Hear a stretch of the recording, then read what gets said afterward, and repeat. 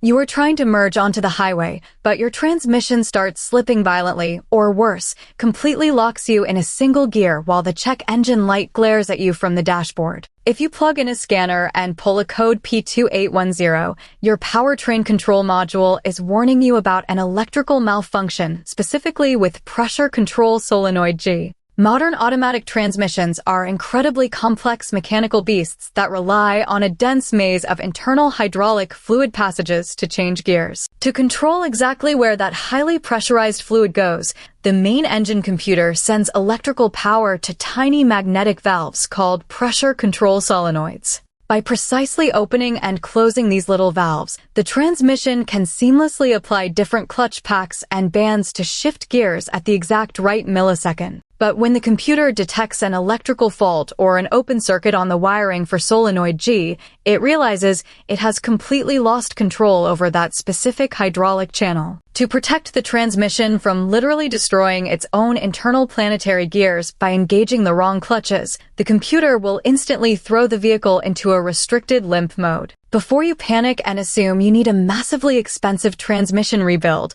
you absolutely must check your transmission fluid. A transmission running on dirty, contaminated fluid is exactly like an athlete trying to sprint while breathing through a muddy straw. Pull your dipstick, and if the fluid is significantly low or looks like dark, gritty syrup instead of a clear, bright red liquid, that heavy metallic contamination might be physically jamming the solenoid valve and causing the electrical resistance to spike out of control. A simple fluid and filter change might be your saving grace. If your fluid is perfectly clean, you need to grab a digital multimeter and inspect the electrical wiring harness that plugs directly into the outside of the transmission case. This external connector is constantly bombarded by road salt, flying debris, and water, which can easily corrode the delicate metal pins. If the external wiring is pristine, you will likely need to drop the transmission oil pan to test the internal wiring harness and measure the actual electrical resistance of solenoid G itself. If the solenoid has a broken internal copper coil or a dead short circuit,